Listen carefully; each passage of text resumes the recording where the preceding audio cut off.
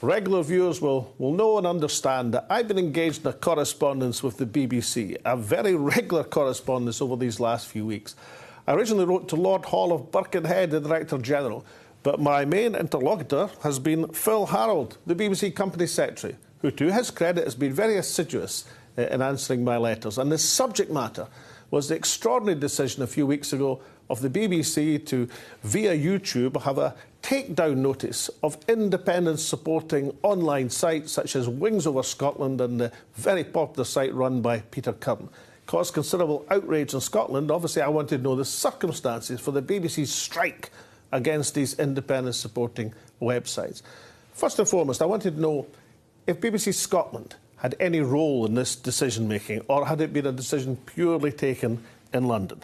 And now I know the answer to that question, that Phil Harold, the BBC Company Secretary, says, and he makes it absolutely clear, that being the case of BBC's intellectual property team, it is based in London.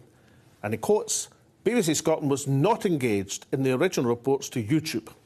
He also says they'll be reviewing their procedures. I hope they are, because to get into a situation of causing huge political controversy in Scotland without BBC Scotland even knowing what was happening rather indicates what might be wrong with the BBC as currently constituted. So now we know BBC Scotland were left in the dark, like a mushroom, while BBC in London caused a huge controversy in the independence movement. Second thing I wanted to know is, why was there a complaint? Because the person who was suggested by the BBC, who had brought this to their attention, says, and it's a Labour councillor, that he didn't complain. Mr Howard answers that by saying, well, actually, we treat suggestions, when it's brought to our notice, as if they were complaints. We can have complaints, and then there's other types of complaints. So now we know, even though there wasn't a complaint, the BBC in London struck against independent supporting websites. Which is all very interesting, because in my correspondence I drew attention to Mr Harold to an interview with me last year by Andrew Neil of the BBC, an interview which the BBC own internal procedures says broke their guidelines because it used a Tory press release as evidence. I mentioned this in passing. I wasn't complaining about it. I was just drawing it to his attention and asking why it hadn't been taken down.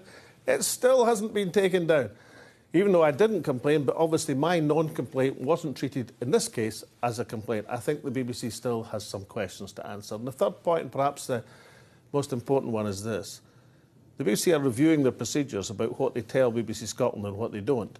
They're also reviewing their procedures about whether they should take action in terms of copyright against sites for political discussion, which use some of their clips. There's been a well-established procedure that there's fair use so as we can enable political discussion. Although I think interviews with me, from Andrew Neil and everybody else, are worth a fortune. Nobody seriously believes that political clips have any commercial value. Nobody seriously believes that you could have some massive marketing operation for the BBC to generate revenue.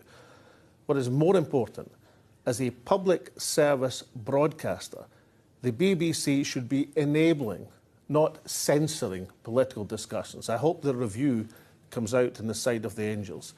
And finally, as a public service broadcaster in Scotland, where there is considerable scepticism about the bona fides of the BBC with regard to the independence question, they should be particularly careful. And perhaps next time, they should mention it to BBC Scotland when they're doing something which enrages large parts of the independence movement and a substantial section of the Scottish population who just want to see fair play from our public service broadcaster.